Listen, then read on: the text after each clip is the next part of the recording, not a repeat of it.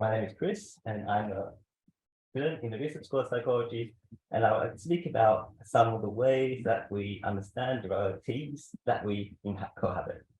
So I'm very excited to be here this afternoon to speak about the work done to explore how certain social identities guide perceptions of truth. Together with my supervisor, Dr. Michael Patel and Dr. Erin Newman, we wanted to know the circumstances under which people take claims about the nature of our world as truth.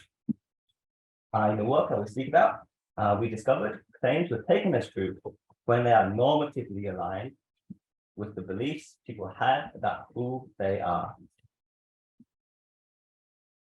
Okay, so when I think back over the years that just passed, I remember being a witness to the birth of many ideas about the workings of the world we live in. I read about these claims in a range of places. Some of these outlets were professional journals that primarily published work done using the methods of science, a way of establishing truth that is very familiar ground to many of us here. However, my indulgent reading also covered other outlets that report on claims reached using the means of establishing truth, aligning more with intuition than science. A number of these claims are voiced by populist leaders and their followers. Some claim, and many of these claims were seen as incompatible with what we know for well-established means for determining truth. But when the other side are confronted with calls for them to undertake further education in science, these calls are often not heeded. After all, well, we science believers tell them and their followers, i.e., the in-group members, are wrong. Indeed, those anti-science claimants rebut. It is us, science believers, who need to correct our own false beliefs with a course of education that is not science as we know it, an unlikely outcome. But to not fall trap to our preconceived notions about how we should establish truth, I want to ask, is it possible that we ourselves, as science believers, are led by the very same identity-based process that are guiding these other people that have been identified to have made claims that are anti-science? Let's explore this identity-based process. A part of who I am can be derived from the groups I see myself to be a part of. While I see specific groups as a part of myself, the norms and values I infer other individuals in those groups as holding become the content of the social identity that drives my attitudes and behaviors. I will continue to align my attitudes and behaviors with the norms and values I believe are held by other group members, individuals that I see as similar to myself. So in more concrete words, imagine you are a person who sees yourself as someone who thinks logically by induction. I would expect that you come to align your understanding of what is truth if those claims that are made or reached by means associated with systematic data and evidence, such as scientific method. Even other inductive thinkers, other members of the scientific community have never identified a specific claim as truth. You are able to independently reach a judgment of truth about that claim. This is by enacting your in-group norms and values. So in the first of two experiments, we observed this process of identity enactment. We filled the normative content of certain social identities to observe how the means of determining truth guided subjects' judgment of truth. We manipulated the two variables on screen. On the left, the nature of the social category or social identity, and to the right, the sub-relevance of the information given about that category. So whether you are a member of the category on the left. I will speak first about the nature of the social category. On the screen, I've come by the word text that we presented with the participants. They received one of these two words of text. And these serve to fill a social category, so either inductive thinker or intuitive thinker, with a specific means of determining truth. We randomly assigned in the inductive thinker condition. So imagine you are a participant who read the text on the left. to believe methods traditionally associated with science, such as data and evidence, are the primary means for how truth ought to be determined. For participants on the right, in the intuitive thinking condition, were led to see the media and cultural sources, in addition to the gut feelings and instincts, as the primary means for how truth ought to be determined. To further complicate things, only participants in the self-relevant condition, this is the second experimental variable, receive feedback claimed to be about themselves. So, if you were not in the self-relevant condition, so i.e., we told you there are these two types of people in the world, but you are not one of them. That's just for your information. We just want to let you know these two types of people exist, and you can make of that as you will. And that the purpose of doing that was to enable us as experimenters to directly compare whether, if you think you are a member of one of these two groups, you would enact essentially what is described in vague general terms in text on the screen. So, to observe how the means of how judgments of truth are guided judgments of truth, we asked participants to judge the relative truth of 8 aphorism pairs on the screen. So look, it's the list on the left. You'll see sayings that capture a lay understanding of reality. Many of these should be relatively familiar, as we hope. On the right is an example of how the claims to the left represented the subjects. So it's that sliding scale. Each claim was paired with a means of determining truth. So one scientific paper claims knowledge is power, or to the right, one popular wisdom claims ignorance is bliss. Our composite scale captured the relative judgment of true claims on the dimension from popular wisdom to as more true to science judges more true. The key here is to focus on the means. So whether the means was science or popular wisdom, whatever was claimed by science doesn't really matter. We don't care whether ignorance is actually bliss. Some people think so, some people not. That's under debate. Even though we can find quite a lot of papers and also everyday conversations that make a claim about its relative veracity. So, did inductive thinkers judge as more true? Those claims attributed to science. On the y-axis, on the left, values below 0 indicate the relative perception as true. Those claims are attributed to popular wisdom. Values above 0 indicate the relative perception as truth. Those claims are attributed to science. Now, first, we will see those judgments made by subjects assigned to receive self-relevant feedback. Participants who were ostensibly inductive thinkers judge claims consistent with science to be more true, which is somewhat unsurprising. In contrast, subjects who were ostensibly intuitive thinkers saw claims attributed to popular wisdom as more true than science. Despite the diminished strength, intuitive thinkers participants still consistently judge claims attributed to popular wisdom as more true than those claims attributed to science. This, I think, is quite powerful because remember, we randomly told you as a participant when you entered our study whether you're one or the other, whether you were an inductive thinker or intuitive thinker. It didn't really matter whether you were actually a person of science when you came into our study. But by making you believe that you're one or the other, you behaved in a way that was consistent with what we framed that social identity to be. So, however, a criticism that may come about is that participants may have merely enacted normative content that we formed by random assignment, not because they truly saw themselves to be an intuitive inductive thinker, but because they wanted to help us as the experimenters get the results that we want.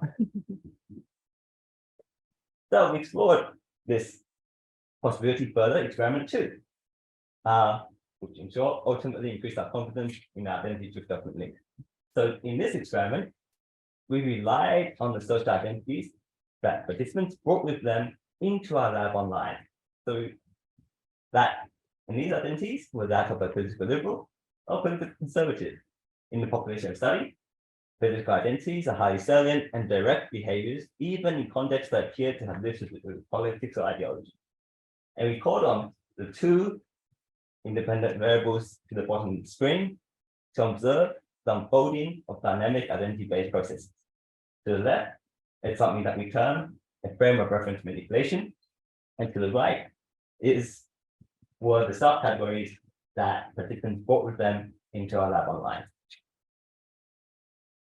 So, to many people, those subcategories relied on were seen to exist on the bipolar scale. Within each category, there are people who may appear not too different from the other category. So if you're liberal, you might place yourself somewhere in the middle of the scale where you're not too dissimilar from liberals, but you're not a conservative either. But you can also place yourself on the extreme end of the scale. Say if you're a conservative and you're very, very different from a political liberal, but you're also somewhat different to conservatives who might place themselves towards the center of that scale.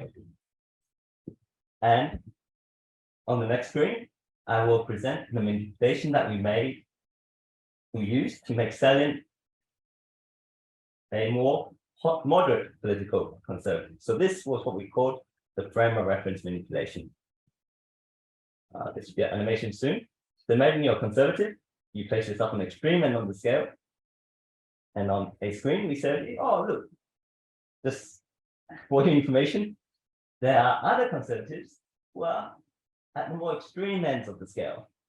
It was relatively simple. We didn't say anything about what it meant to be a conservative. We didn't say anything about what it meant to be a liberal. We just said to you, oh, look, although it's great to see you're on the extreme end, but there are other more extreme people. And the purpose of that was to shift your perception of yourself to be a bit more towards the center. You're not as extreme. So, oh, I'm extreme, but there are other people more extreme. So, relatively, I'm a bit more moderate.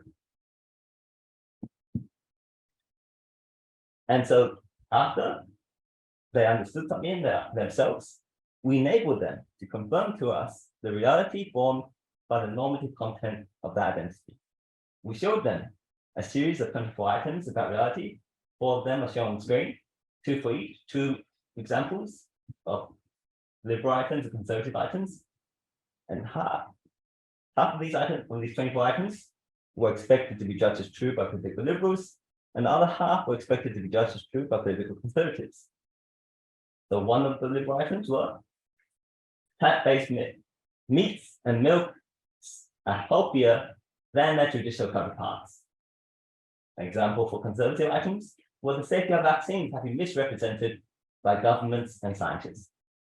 These were piloted, so there was some support that the general population categorized these in a way that's consistent with what we thought they would be. So what do we find?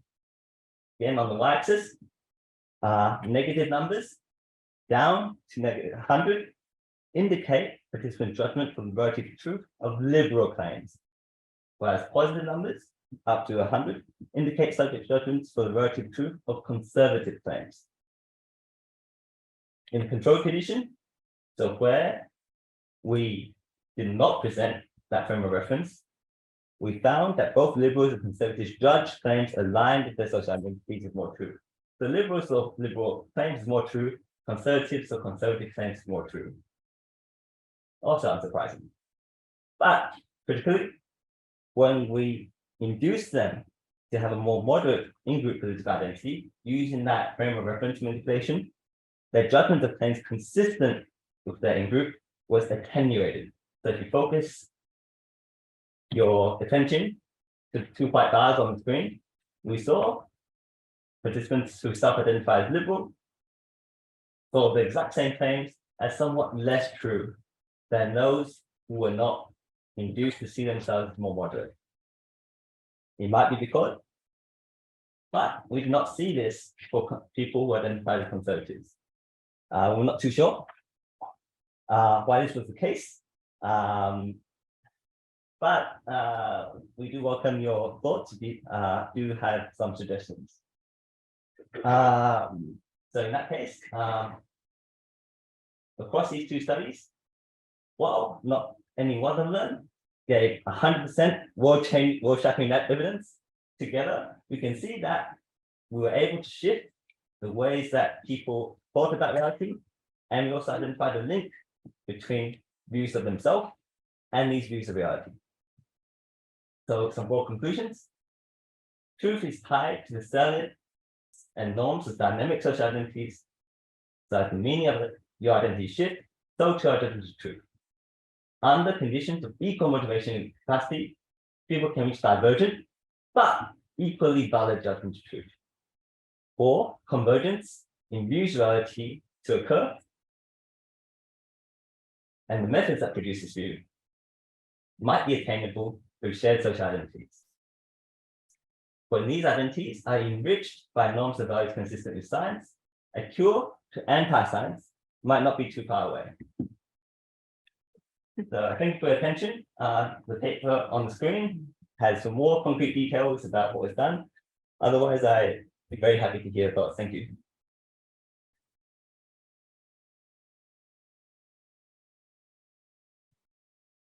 Do you have any questions from the crowd for Chris? Thanks, Chris. That was great.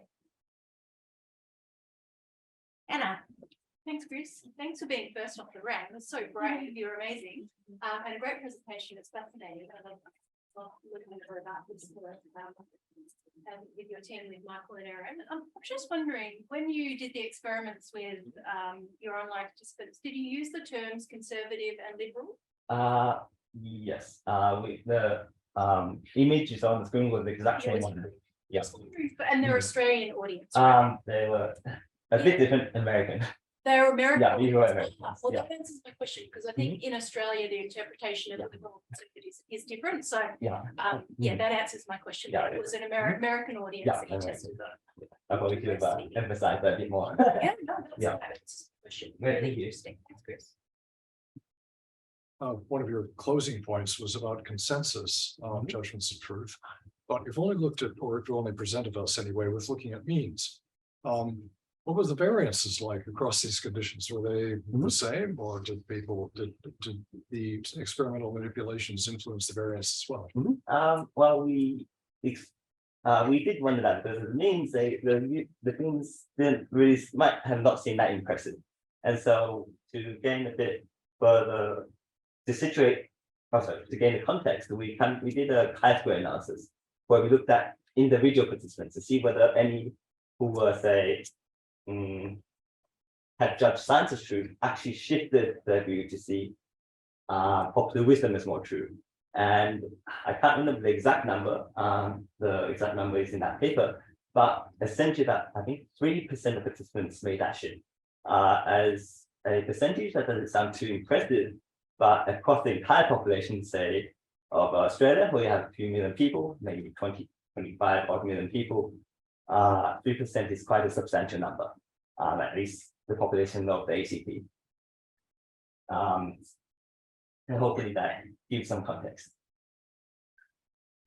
Chris?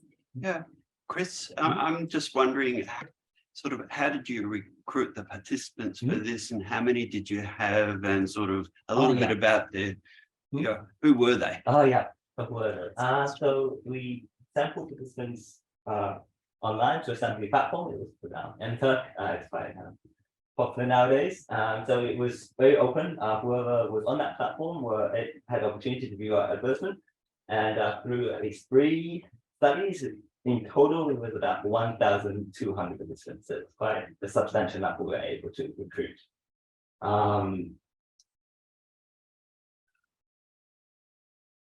Yeah, hopefully that. And male, female, age? Oh yeah, sorry. So people on that platform usually skew towards the more liberal, so to the left of the political spectrum. So in a way, maybe as in universities, people label us a bit more left-leaning. That might have made us a bit more successful when we wanted to frame things as more liberal items, and we were not as successful with conservative items, maybe because, well, I don't really see myself as a conservative, so it might be difficult for people on that platform to have actually believed the items to see specific items I thought were conservative as actually conservative. So they might have just said, "Oh, I don't really." It's neither here or nor there. But because they were liberals, and hopefully I see myself as somewhat liberal, so I'm able to kind of capture those items a bit more concisely. That's why we were able to shift them much greater in study 2.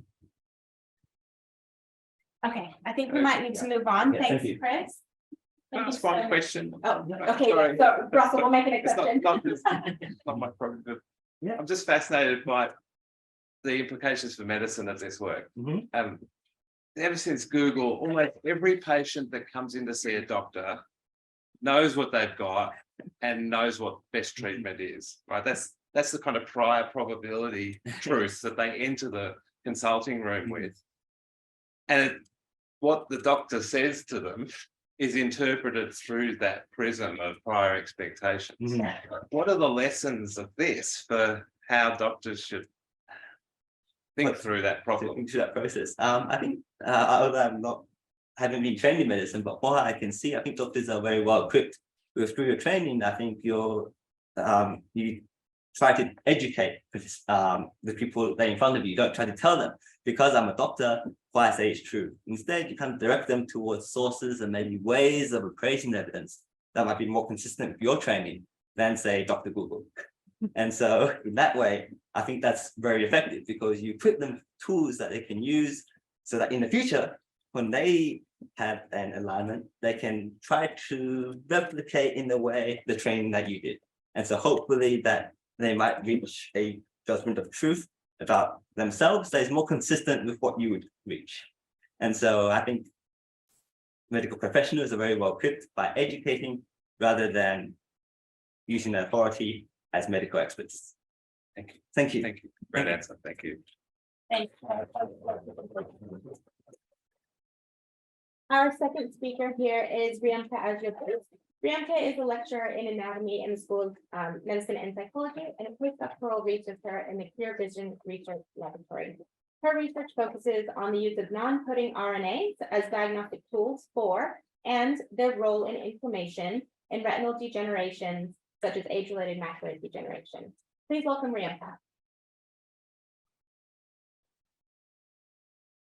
Thank you for having me. So I'm going to do something a little bit different to the last talk and present some preliminary data, as well as give an overview of the future directions which are forming an ideas grant that I'm currently working on together with Dorothy Schumer, who unfortunately isn't here today. So just to start with, this image up here on the left-hand side is of an OCT and a fundus image, so of a healthy retina. If you've been to have an eye exam recently, you might have had one of these performed. And so what it's focusing on is this central area called the macula. And again, when you look at the cross-section through the retina, you can see the macula here and the central fovea region, which has a high compaction of cone photoreceptors. So these are the light sensing cells. And that area is going to be the area that's really important for visual acuity and color vision. And so this layer, this dark layer here, which is the photoreceptor layer in this region, is the area that's affected by the disease age-related macular degeneration. And currently, this is one of the predominant methods used for diagnosis and clinical grading of this condition. So age-related macular degeneration causes visual impairment in 1 in 7 people over the age of 50. And currently, it's a very heterogeneous disease in terms of its clinical phenotypes, but there are a number of ways that it can be categorized. And so one of the tools used for categorizing early stages is the presence of small lipid deposits in the layers underneath the retina. And so depending on the size, the shape, and the position of these deposits can confer differing risks for developing later stage disease. So the one I'm showing here, you might see these small little white bumps, is called reticular pseudodrusen. This is just one of the types of drusen. However, this is one of the ones that are considered to give the greatest risk for developing late stage disease. And this is one of the forms that we're focusing on in this study. I'll also just show here another type, which is considered a more intermediate to late stage disease because of its increase in severity. And this is large consort and drusen. So you can compare to that healthy retina where we see these large deposits forming underneath. And finally, I'm just going to show one of the two forms, the more common form of late stage AMD, and that is geographic atrophy. And that's where you have atrophy of that photoreceptor layer. So you can see here that that dark layer has almost completely disappeared in this macular region. So this would result in legal blindness in these patients. So the problem facing here is that you can see that it's somewhat subjective. And the problem as well is that not everyone who presents with these different types of drusen go on to progress to a late stage disease. Also, some people might not present with any early stages and straight away appear with a late stage of AMD. The other problem facing clinical management is that the progression of disease from early stages to late stages can vary dramatically. On average, it's about 10 years, but it can be really variable. So this is sort of the area that we want to address.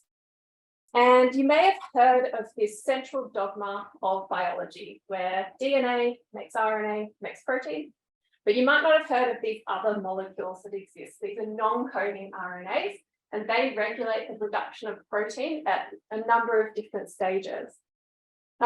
These have become really of particular interest for diagnostic tests because of their high abundance in circulating biofluids such as serum or tears or plasma, those sort of things. Of particular interest are these small molecules called microRNAs, particularly in neurodegenerations, as these are also very highly stable in extracellular fluids.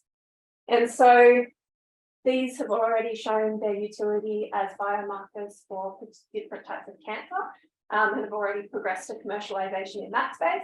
However, neurodegenerative diseases such as AMD, as I mentioned, are very clinically heterogeneous and very variable in their phenotype. So this creates an extra level of complexity in advancing to diagnostic tools. So as well as that, you have to take into account the innate variability that exists in the population. And currently to date, a lot of studies haven't used the same methodological approaches to looking at these markers, which also hampers that progression into clinic. So one of the things we wanted to do, rather than starting with the human population, was to remove some of that variability that exists in the patient population and just look at an animal study. So here we use an established model of retinal degeneration in mice. And what I'm showing here is that this happens over 5 days, which I'm sure you can appreciate is a lot shorter than 10 years. But you can see that we're recapitulating that loss of this photoreceptor layer over the 5 days, which you see in geographic atrophy. And so we particularly want to focus, I'm just showing here today, the difference between 1 day and 5 days, because we're considering that as an early and a late stage. And we wanted to see if we could actually detect changes in these small molecules in the serum of these mice once they undergo this degeneration. And we didn't expect to see anything happening in 1 day, because you still have the structure of the blood retinal barrier and you still have most of these cells intact. But we were surprised to see that there actually were some molecules that were changing in their expression. But unsurprisingly, most of what we saw was happening at the late stage of disease where you already start to have breakdown of that blood retinal barrier. So then we thought, this is great, but how does it actually correlate to what's happening in the retina? Does it actually, is it associated with disease? So we correlated the changes in the serum to quantitative measures of retinal histology. And so what I'm showing here is just a couple of those. You don't need to worry too much about the names, but what I wanted to show is that as you have more photoreceptor rows or associated with increased retinal health, you have a decrease in the serum of these particular microRNAs. And these are of interest because they're known to be highly abundant in the retina, with some of these being specific to those photoreceptor cells that are degenerating. So what we're seeing is that we're actually picking up retinal specific cues in the serum over the course of degeneration. So we wanted to try and associate that with human patient samples, obviously. And unfortunately, you can't see. So this is a picture of our collaborator, Dr. Fred Chen, who provides us with all these images and the patient samples. And we're looking at the comparison between a healthy, the RPD, so that early drusen phenotype, and a late stage geographic atrophy. And so then this is just a pilot study, so we're just looking at up to 10 patients at this point. But you can see here that, again, we were surprised to see that there were changes between the healthy and the RPD group, and the healthy and the geographic atrophy. And this was really exciting because studies to date have only focused on looking at healthy versus that late stage. No one yet has looked at early drusen phenotypes. So it was really interesting to see that we can actually detect changes there. And some of the changes that were happening were the same in both. So perhaps those are markers that are going to be interesting targets that are going to predict that later progression. The other thing that we did was, again, we wanted to correlate this to the morphology that we're seeing in the retina. So instead of using row counts, we took this macular region and measured the volume of the photoreceptor layer in this region, because we know that's what degenerates in AMD. And when we correlated that, again, we have a few more. And if you could see, there's a DOI for the publication below that's been cut off. But I can give that to you later if you want it. But these were two of them, and these I chose as interesting because they're already known to be correlated with other neurodegenerative disorders. So again, we're picking up things that we think might actually be associated with disease. And again, here we saw a few of those specific neuronal retinal markers coming up in the blood over the course of degeneration. So we think that that might be a specific indicator of progression of disease. So we did want to have a look at the overlap between human and mouse findings, because we thought there's no point in just leaving these separate. We've done all this work. And we know that microRNAs can be highly conserved across species. So we thought maybe there'd be a bit of overlap. And unfortunately, I think you can still see it.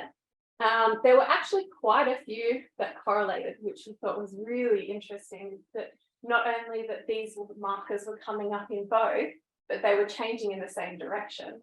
So, and the other interesting thing is that a lot of these markers are associated with the inflammatory response, which is, we know, is a key characteristic of age-related macular degeneration. So taken together, we can take bits from all of these to put together this sort of preliminary panel of markers. But I think you can all appreciate that one of the biggest things is that we really need to increase our patient sample size, because this is just a very preliminary study. And as I said, there's a lot of variability. So right now, this is kind of a summary of what we have, is that we've looked at these three phenotypes in the retina. We've taken the serum of patients, and we have this preliminary panel, as you might call, of microRNAs. But you might remember at the start, I mentioned all of these other types of RNA, and it's known in the literature that including, especially in cancer research, that including some of these other types of molecules increases the specificity of biomarker panels. So that's sort of the first part of our proposal for this grant that we're working on, is to include these other biotypes with a larger patient cohort. The next step is that these samples that we already have been taken from histologically stored samples.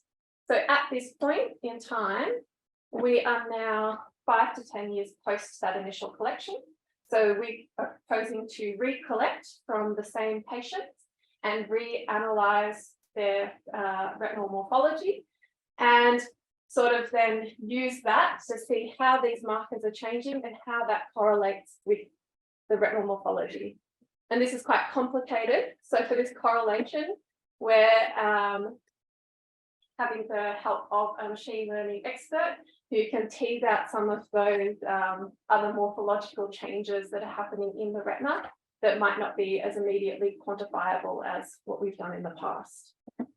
And the final thing that I just wanted to discuss is that at this point, we assume that we're going to have this fantastic preliminary panel that will do great things and be able to tell us if someone's going to progress to getting late stage disease. But that's all well and good as long as you have a pathway to clinic, because sequencing samples isn't really going to be that viable clinically. So in collaboration with Antonio Tricoli and Melissa, Orica in particular has been working on developing this novel biosensor. And the biosensor so far has already shown that it has a really broad linear range and much higher or lower detection limits than that currently available. And so this is nearing single molecule detection. And so here you can see in green and in grey the two reported average detection limits for current biosensors. And the other thing that we've got that has been shown using this biosensor is that not only it can predict or it can detect a specific microRNA in PBS, but it can also detect specific microRNAs in biologically relevant samples, so in serum. And this is the first biosensor to actually be able to achieve this or reported in the literature.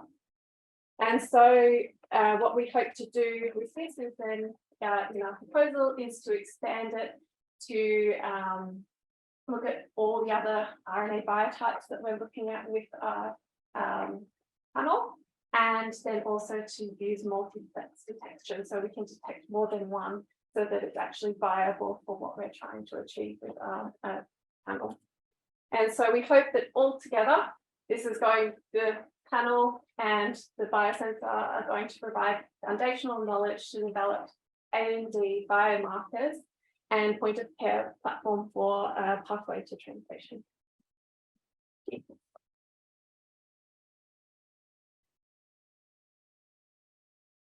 Thank you, Riemke. That's very interesting. Can I ask if there's any questions from the group at this stage? I'd also welcome suggestions for Yes, Mark. Great talk, intelligible even to an illiterate like me in this area.